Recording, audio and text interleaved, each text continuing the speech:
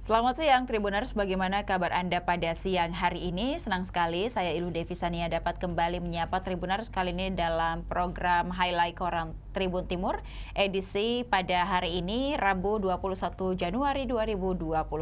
Beragam berita menarik tersaji untuk Anda dalam koran hari ini dan beberapa halaman diantaranya akan kami highlight dalam tayangan berikut ini. Tribuners, tentunya kita akan awali dengan halaman utama koran Tribun Timur dengan headline berita masih seputar jatuhnya pesawat ATR 42500 di Bulu Saraung, Kabupaten Pangkep, Sulawesi Selatan. Dua korban ATR 42500 tiba di Kota Makassar, diturunkan dengan cara berbeda, evakuasi melalui medan ekstrim.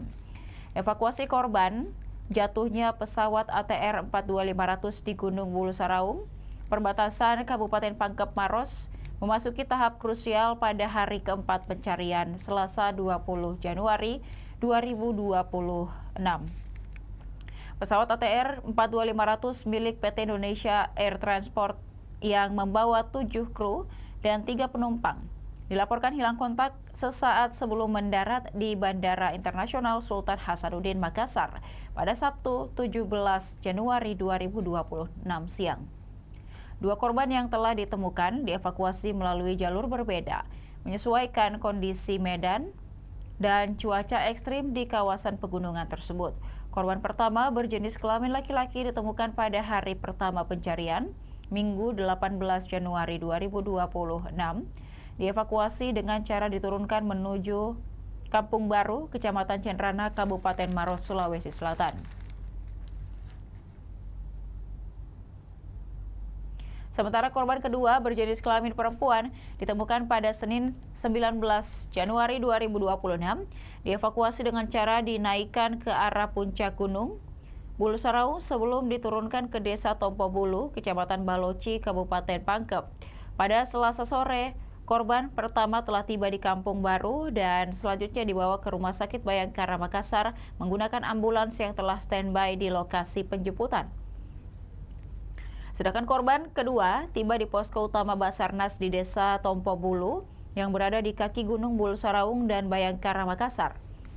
Kepala Seksi Operasional Basarnas Makassar, Andi Sultan, mengatakan evakuasi dilakukan sepenuhnya melalui jalur darat karena kondisi cuaca tidak memungkinkan penggunaan helikopter akibat kabut tebal. Hujan deras serta angin kencang terus menyelimuti area pencarian. Evakuasi korban pertama melibatkan personel TNI, Polri, dan tim SAR gabungan.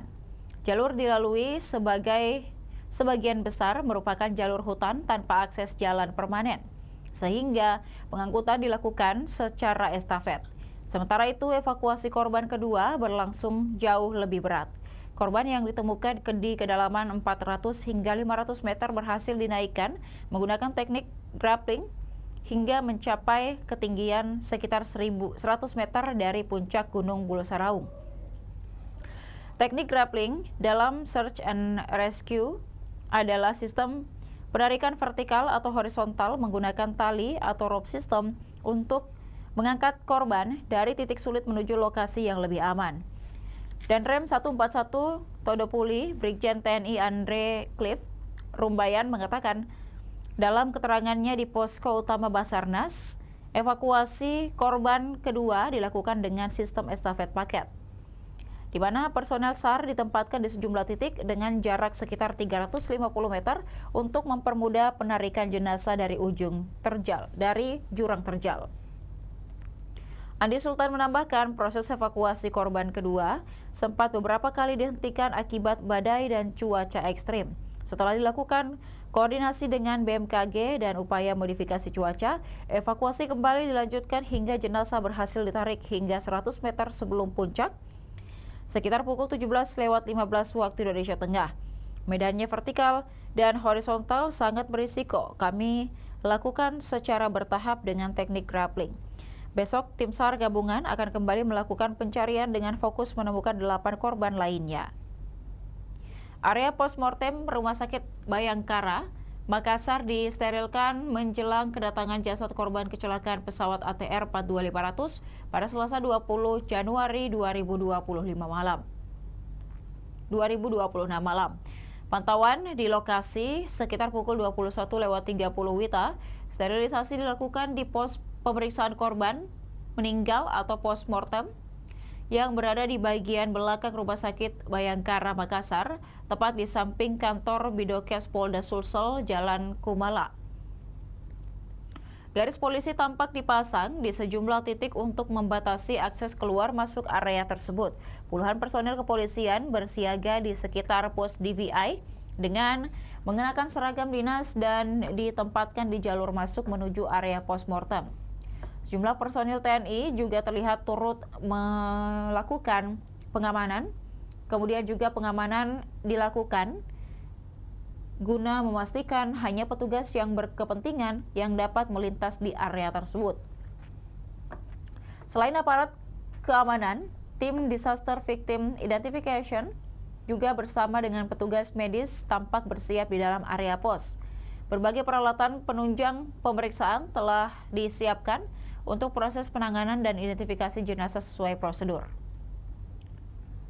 Kemudian tim Search and Rescue gabungan menghentikan sementara pencarian korban jatuhnya pesawat ATR 42500 di Bulu Saraung, Kabupaten Pangkep akibat cuaca ekstrim yang melanda kawasan gunung tersebut pada Selasa 20 Januari. Kondisi cuaca yang tidak memungkinkan membuat tim SAR memutuskan kembali ke posko induk.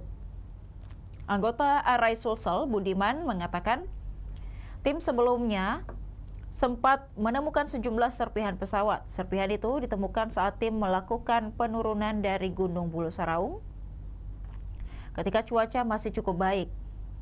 Kemarin waktu turun banyak serpihan kami temukan di Gunung Bulu Saraung, katanya di Posko Aju, Desa Tompo Bulu, Kecamatan Baloci. Tim SAR sempat bertahan di pos 9 sebelum akhirnya memutuskan turun ke posko induk. Kami tidak jalan karena kondisi cuaca sangat buruk. Budiman menambahkan, kawasan puncak Bulu Saraung diselimuti kabut tebal dengan jarak pandang hanya sedikit dan sangat terbatas. Kondisinya berkabut dengan jarak pandang hanya sekira 2-4 meter saja. Selain kabut, hujan deras juga disertai angin kencang turut menghambat pergerakan tim di lapangan. Tim pun sempat bermalam di kawasan gunung sambil menunggu cuaca membaik, namun hingga pagi hari cuaca tidak kunjung cerah sehingga tim memutuskan untuk kembali ke posko induk. Kemudian Polda Sulsel juga mengerahkan anjing pelacak ke K9 ke lokasi jatuhnya pesawat ATR 42500 di lereng Gunung Bulu Saraung pada Selasa 20 Januari 2026. Anjing pelacak bernama Daki tiba di Pos Aju Basarnas Makassar, Desa Tompo Bulu, Kecamatan Baloci, sekira pukul 14.30 waktu Indonesia Tengah. Daki dibawa menggunakan mobil K9 Ditsamapta Polda Sulsel pada hari keempat operasi pencarian. Anjing berjenis pengembala asal Belanda itu menempuh perjalanan darat sekira 80 km dari markasnya di Polda Sulsel Makassar. 4 personel Polsatwa di Ditsamapta Polda Sulsel turut mendampingi Daki menuju lokasi operasi. Kanit K9 Polsatwa Ditsamapta Polda Sulsel itu Samuel Ari mengatakan Daki diterjunkan untuk membantu pencarian korban. Kami datang membantu pencarian korban pesawat ATR 42500. Menurut Samuel, Daki memiliki kemampuan dalam operasi SAR, khususnya pencarian korban bencana alam dan kecelakaan pesawat. Kemampuan satwa kami adalah operasi SAR, katanya. Samuel menambahkan, Daki bukan pertama kali dilibatkan dalam operasi pencarian. Anjing berusia 4 tahun itu sebelumnya pernah diterjunkan dalam sejumlah operasi bencana alam di Sulawesi Selatan. Daki sudah digunakan di beberapa operasi bencana alam termasuk di Luwu dan Toraja. Daki resmi bergabung dengan Polsatwa Ditsamapta Polda Sulsel sejak 2022 setelah menjalani pelatihan di Bahar Kam Polri. Saat ini Ditsamapta Polda Sulsel memiliki 7 ekor anjing K9. Untuk sementara satu dulu kami kerahkan, jika cuaca mendukung akan ditambahkan, katanya. Kemudian, hingga hari keempat pencarian black box pesawat ATR 42500 yang jatuh di kawasan Pegunungan Bulu Saraung belum juga ditemukan oleh tim SAR gabungan. Proses pencarian masih terus dilakukan dengan mempertimbangkan kondisi medan yang terjal serta cuaca ekstrim di lokasi kejadian. Dan Rem 141 Todopuli, Brigjen TNI Andre Cliff Rumbayan mengatakan hingga saat ini perangkat perekam penerbangan tersebut belum berhasil juga ditemukan.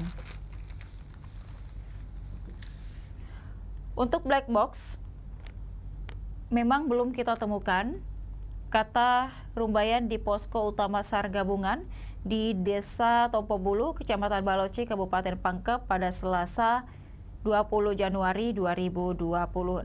Meski demikian, tim khusus telah disiapkan melakukan pencarian di bagian ekor pesawat.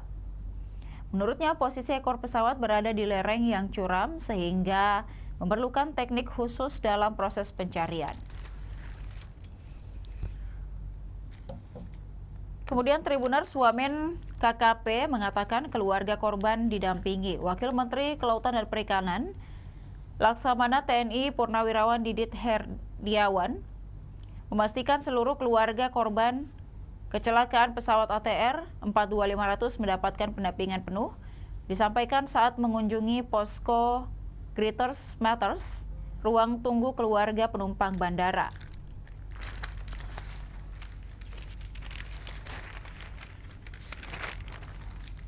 Kemudian, di Bandara Internasional Sultan Hasanuddin Makassar, ia menegaskan tidak ada satupun keluarga korban luput dari pendampingan. Pendampingan tetap dilakukan, tidak ada yang lolos satupun. Setiap keluarga didampingi semuanya, ujarnya. Ia memastikan proses evakuasi korban masih dilakukan sesuai dengan prosedur yang berlaku. Pelaksanaan kegiatan evakuasi tetap berjalan, katanya. Menurut Didit, sejumlah keluarga korban dari lingkungan Kementerian Kelautan dan Perikanan telah didatangi dan dikawal secara langsung. 3 pegawai KKP menjadi penumpang pesawat tersebut masing-masing bernama Deden Mulyana, Ferry Irawan, dan juga Yoga Naufal. Selain penumpang, terdapat 7 kru penerbangan dalam pesawat ATR 42500 tersebut. Kru terdiri dari Kapten Andi Dahananto selaku pilot, serta 6 awak lainnya. Keluarga korban dari KKP 3 orang sudah lengkap, sudah diambil dari DVI dan kita kawal semua. Saat bertemu keluarga korban, Didit menyampaikan duka dan keprihatinan atas musibah tersebut. Kami sangat prihatin atas kejadian ini. Kemudian keluarga mengenang sosok Deden Mulyana, salah satu penumpang pesawat ATR 42500 yang jatuh di kawasan Gunung Bulu Saraung, Kabupaten Pangkep pada Sabtu 17 Januari 2026. Hingga Selasa 20 Januari, tim SAR gabungan masih mencari korban di kawasan pegunungan tersebut. Pesawat ATR 42500 membawa 10 orang terdiri dari 7 kru dan 3 penumpang. Ketiga penumpang merupakan pegawai Kementerian Kelautan dan Perikanan, termasuk Deden. Adik ipar Deden, Asep Hilman, mengatakan menggambarkan almarhum sebagai pribadi baik, tenang, dan penuh kesabaran. Pak Deden orangnya sangat baik, kalem, tenang, dan sabar, ujar Asep saat ditemui di posko utama SAR gabungan Desa Tompobulu, Kecamatan Baloci, Selasa 20 Januari. Menurut Asep, kesan tersebut juga dirasakan oleh rekan kerja hingga pimpinan Deden di KKP. Ia mengaku sempat bertemu dengan para pimpinan Deden dan menyampaikan kehilangan mendalam.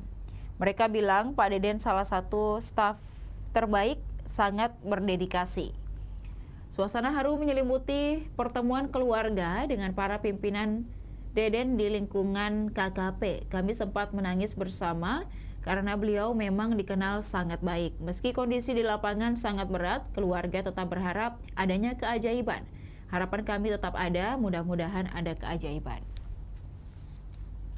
Korban pertama, jatuhnya pesawat ATR 42500 dievakuasi dengan berjalan kaki akibat medan ekstrim dan keterbatasan akses. Proses evakuasi difokuskan melalui jalur Desa Rope Gading, Kecamatan Cenrana, Kabupaten Maros pada hari keempat pasca kejadian. Kemudian Tribuners juga dapat melihat terkait dengan infografis barang-barang apa saja yang kemudian telah ditemukan pada 4 hari proses pencarian dan juga peta jalur evakuasi yang ada di halaman utama, tepatnya dari puncak Bulu Saraung sampai pada beberapa titik pos ataupun juga pos SAR utama yang ada di Tompo Bulu dan juga ada di Kabupaten Maros, Sulawesi Selatan.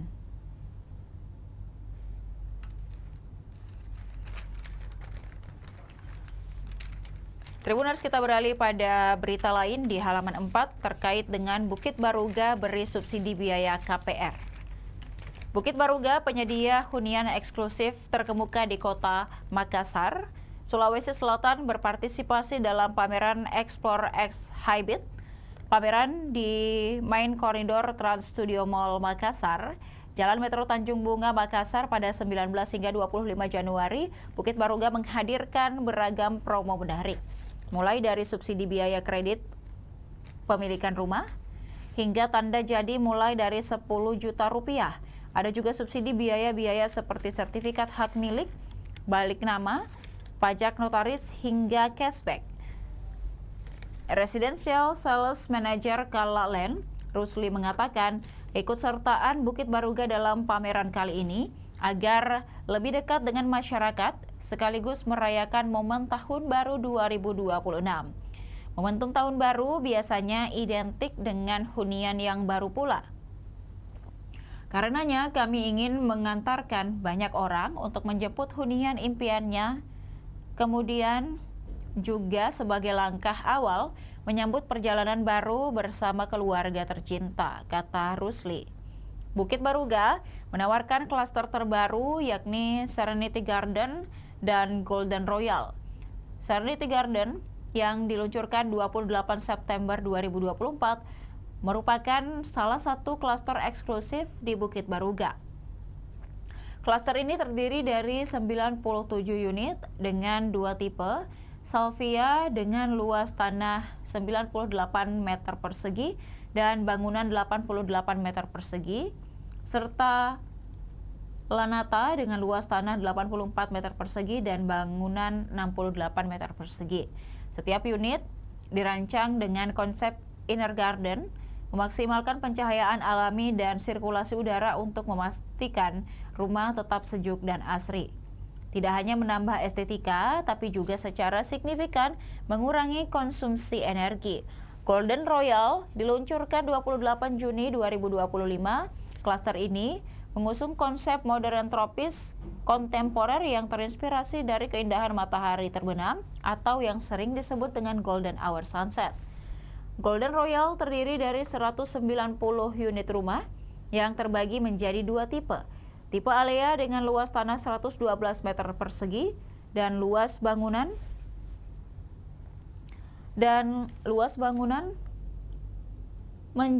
berada pada 130 meter persegi, serta tipe Valora dengan luas tanah 98 meter persegi dan bangunan 100 meter persegi.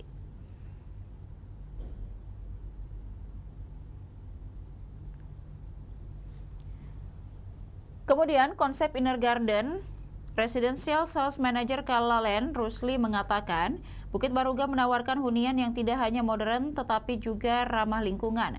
Konsep inner garden yang diusung di setiap hunian memberikan suasana asri dan sejuk sehingga ideal untuk beristirahat dan mendapatkan inspirasi.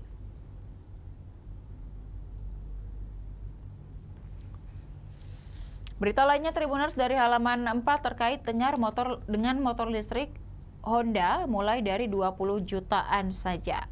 Motor listrik Honda kini bisa dimiliki dengan harga mulai dari 20 juta rupiah saja. Penawaran menarik ini turut mendorong minat masyarakat terhadap kendaraan listrik atau electric vehicle atau EV. Astra Motor Sulawesi Selatan mengatakan mencatat penjualan motor listrik Honda 2025 dengan meningkat hingga 145% dibanding 2024. Asmo Sulsel adalah main dealer motor Honda di Sulawesi Selatan, Sulawesi Barat, dan juga Sulawesi Tenggara. Seiring meningkatnya minat masyarakat, Asmo Sulsel menghadirkan promo menarik untuk pembelian motor listrik Honda. Marketing Manager Asmo Sulsel, Kresnamurti Dewanto, mengatakan Honda EM1 yang sebelumnya dibanderol Rp46,93 kini 46,93 juta rupiah kini dapat dimiliki hanya dengan 20,6 juta rupiah. Honda CUV-E turun dari 56,12 juta menjadi 34,42 juta. Lalu Honda Icon E dari 28,98 juta kini menjadi 23,46 juta rupiah. Khusus pembelian Honda CUV-E dan EM1 akan mendapatkan voucher charger, ujar Kresna.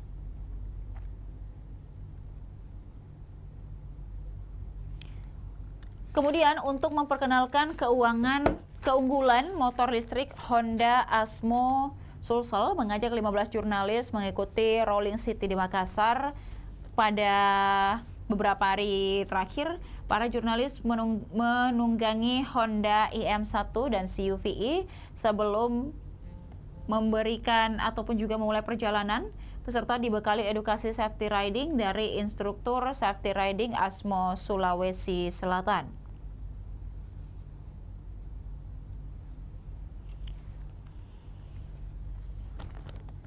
Berita lainnya, Tribuners, dari halaman 4 Koran Tribun Timur terkait dengan Yamaha X-Max Connected lebih sporty dan maskulin. PT Yamaha Indonesia Motor MFG mengenalkan varian warna baru untuk model X-Max Connected. Warna baru meliputi metallic blue dan ceramic gray. Kemudian juga metallic blue merupakan warna biru autentik khas Yamaha yang merupakan global color baru dari X-Max untuk pasar Eropa. Sementara ceramic gray adalah varian warna sama yang digunakan pada tipe tertinggi X-Max, Tech-Max pada model 2025. Kedua warna sama-sama memiliki stripping garis dengan paduan logo X-Max di kedua sisi. Bumerang motor serta menggunakan cast wheel berkelir hitam. Jika di sebelumnya kedua part tersebut menggunakan kelir biru, kini warna hitam atau all black sehingga memberi kesan yang lebih garang atau tangguh. Untuk varian Elixir Dark Silver masih tetap dipertahankan tanpa adanya perubahan warna apapun. Warna dan grafis baru pada X-Max Connected varian Premium Black menemani varian warna-warna yang sudah ada sebelumnya seperti Prestige Grey dan juga Luxury Red. Manajer Public Relation YRA dan Community PT Yamaha Indonesia Motor MFG Rifki Maulana mengatakan Yamaha terus berinovasi untuk tidak hanya dari segi fitur teknologi, juga dari desain dan juga performa mesin.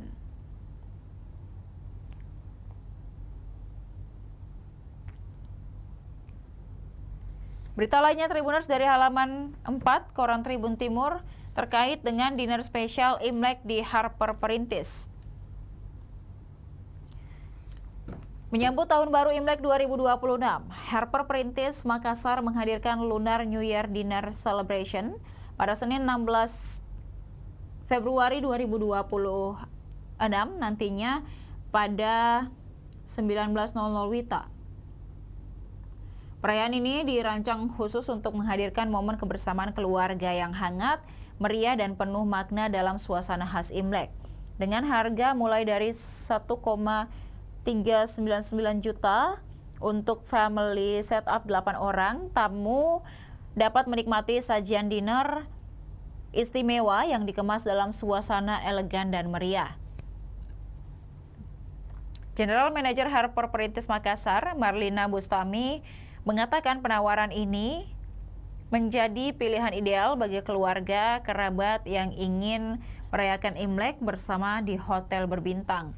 Hotel yang terletak di Jalan Perintis Kemerdekaan Makassar ini juga menghadirkan special performers, barongsai, kemeriahan Dewa Uang, serta Lucky Tree Angpau yang melambangkan keberuntungan, kemakmuran, harapan baik di tahun yang baru. Kemudian Tribuners, kita beralih pada halaman 9 Koran Tribun Timur dengan headline berita Pemkot dan Yokohama garap proyek kota nol karbon.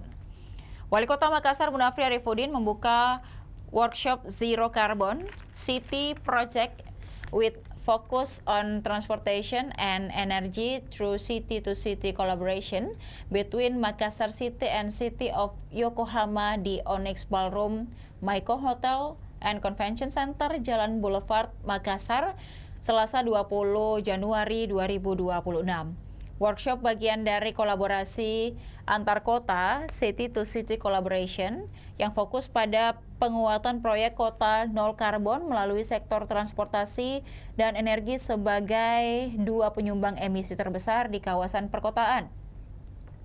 Munafri mengatakan kolaborasi ini menegaskan tantangan perubahan iklim dan dekarbonisasi perkotaan merupakan agenda global yang membutuhkan kerjasama lintas sektor.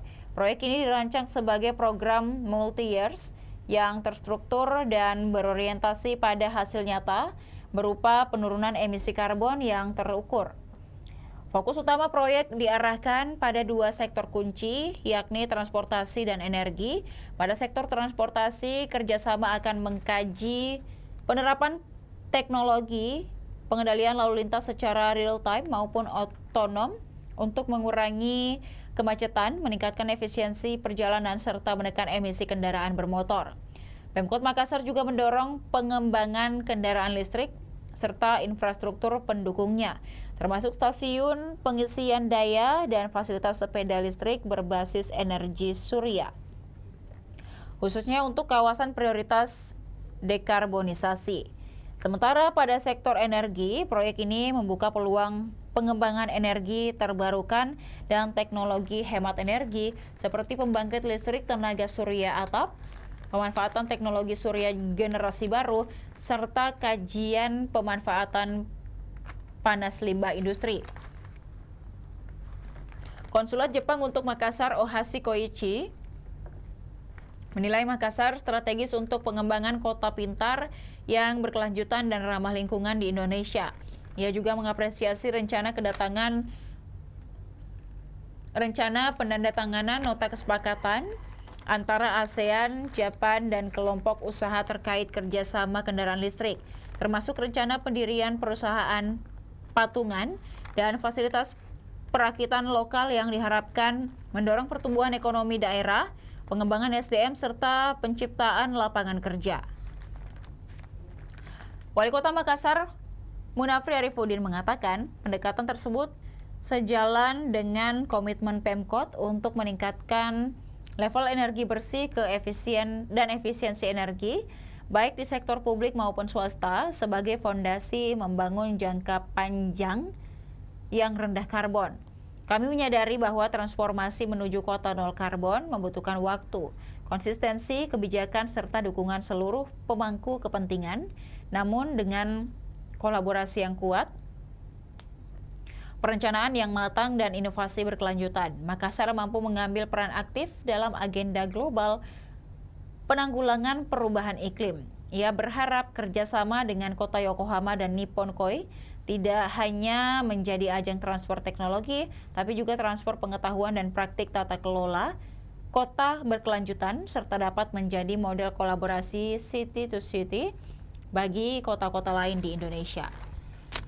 Berita lainnya Tribuners dari halaman 9 terkait dengan Melinda ajak masyarakat dukung film lokal. Ketua Tim Penggerak PKK Kota Makassar, Melinda Aksa, mendukung pengembangan film lokal dengan menonton bareng atau nobar film Uang Pas Solo di XX1 Mall Ratu Indah Makassar di Jalan Ratu Langi Makassar. Melinda hadir bersama dengan jajaran pengurus TPPKK Makassar Pokja Bunda PAUD serta Dewan Kerajinan nasional daerah.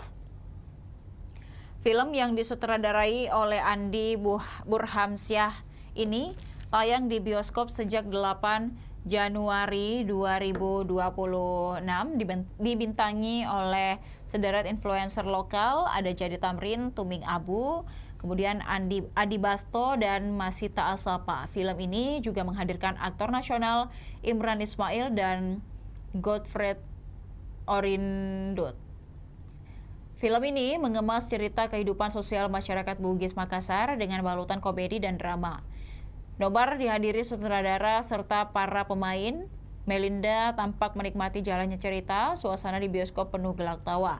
Film ini sangat menarik karena mengangkat budaya lokal kita, khususnya Bugis Makassar, dengan cerita yang dekat dengan kehidupan sehari-hari dan dikemas secara menghibur, kata Melinda. Ia mengaku terhibur dengan alur cerita serta akting para pemain yang natural dan mampu menggambarkan realita sosial masyarakat. Selain menghibur, film ini juga memberikan pesan moral yang baik dan bisa menjadi sarana edukasi budaya bagi masyarakat. Andi Burhamsyah berharap film Uang Pas Solo ini bisa diterima masyarakat luas dan menjadi motivasi bagi sinias lokal untuk terus berkarya serta mencetak lebih banyak lagi film mengangkat budaya daerah. Berita lainnya Tribuners dari halaman 9 terkait dengan ratusan pengembang belum serahkan PSU. Dinas Perumahan dan Kawasan Pemukiman Kota Makassar menargetkan percepatan penyerahan prasarana, sarana dan utilitas atau PSU perumahan pada 2026. Salah satu strategi yang disiapkan adalah mendorong penyerahan PSU secara berkala setiap 3 bulan. Kepala Dinas Perumahan Kawasan Pemukiman Kota Makassar, Mahyudin, mengatakan saat ini ada 662 perumahan di Makassar, namun periode 2019-2025 baru 182 perumahan yang menyerahkan PSU kepada pemerintah kota. Perlu dipahami, sebelum kewenangan ini sepenuhnya berada di Dinas Perumahan, ada penyerahan-penyerahan PSU yang dilakukan saat masih menjadi tugas Dinas Tata Ruang maupun Bapenda. Data-data itu saat ini masih kami inventarisasi, kata Mahyudin di Balai Kota Makassar, Jalan Jenderal Ahmad Yani, pada Selasa 20 Januari 2026. Pendataan lanjutan diharapkan dapat meminimalkan jumlah perumahan yang belum menyerahkan PSU secara administratif. Kemudian Tribuners, masih ada beragam berita menarik tersaji untuk Anda dalam koran edisi hari ini. Bagi Tribuners yang ingin tertarik membaca keseluruhan ataupun juga secara lengkap, dapatkan Tribun Timur cetak di agen-agen terdekat.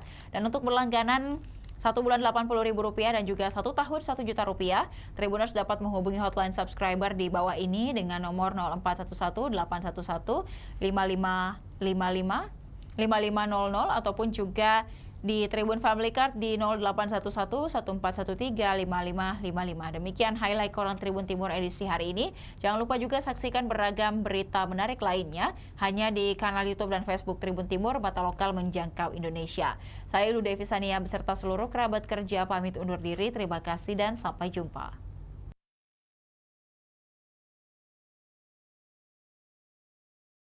Di momen Nataru 2025, PLN UIP Sulawesi hadir di Desa Bungin Timbe membangun sumur bor dan sistem filtrasi untuk menyediakan air bersih bagi warga.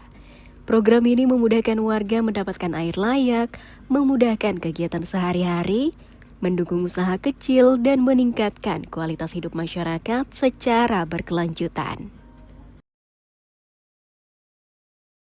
PT PLN Persero UIP Sulawesi menghadirkan bantuan sanitasi dan air bersih di 8 sekolah dasar Makassar melalui perbaikan MCK dan instalasi air. Program ini mendukung kesehatan pelajar serta menciptakan lingkungan belajar yang lebih bersih dan aman. Langkah ini menjadi wujud kepedulian PLN terhadap pendidikan dan masa depan anak bangsa.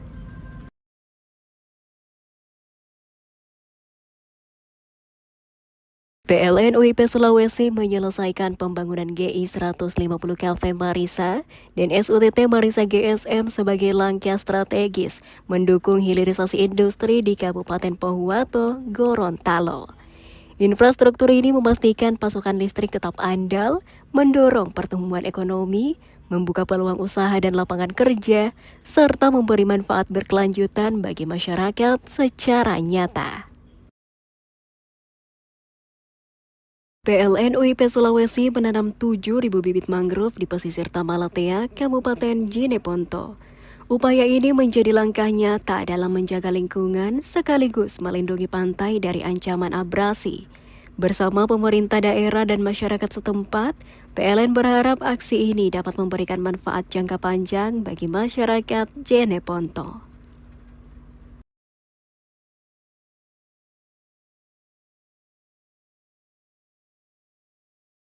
Menjelang Natal dan Tahun Baru, penyediaan air bersih oleh PLN UIP Sulawesi di Desa Bungin Timbe menghadirkan akses air layak sepanjang musim. Fasilitas ini menjaga pasokan tetap stabil, meringankan kebutuhan harian, mendukung ekonomi lokal, serta memberi dampak positif bagi kesejahteraan masyarakat sekitar pembangunan infrastruktur ketenagalistrikan. Program ini dirancang untuk mendukung kehidupan warga di masa kini dan masa depan. Menjelang Natal dan Tahun Baru, PLN UIP Sulawesi merampungkan Gardu Induk 150 kV Marisa dan jaringan transmisi Marisa GSM. Infrastruktur ini menyalurkan listrik untuk kebutuhan industri di Kabupaten Pohuwato. Dengan pasokan yang lebih andal, aktivitas industri akan terus berjalan, ekonomi daerah meningkat dan lapangan kerja terbuka bagi masyarakat sekitar. Kepedulian PLN terhadap kesehatan dan kenyamanan pelajar diwujudkan melalui program penyediaan fasilitas sanitasi dan air bersih di sejumlah sekolah dasar Kota Makassar. Perbaikan MCK dan sistem air ini mendukung kegiatan belajar yang lebih sehat dan nyaman. Melalui program ini, PLN hadir mendukung terciptanya lingkungan sekolah yang lebih layak bagi para pelajar.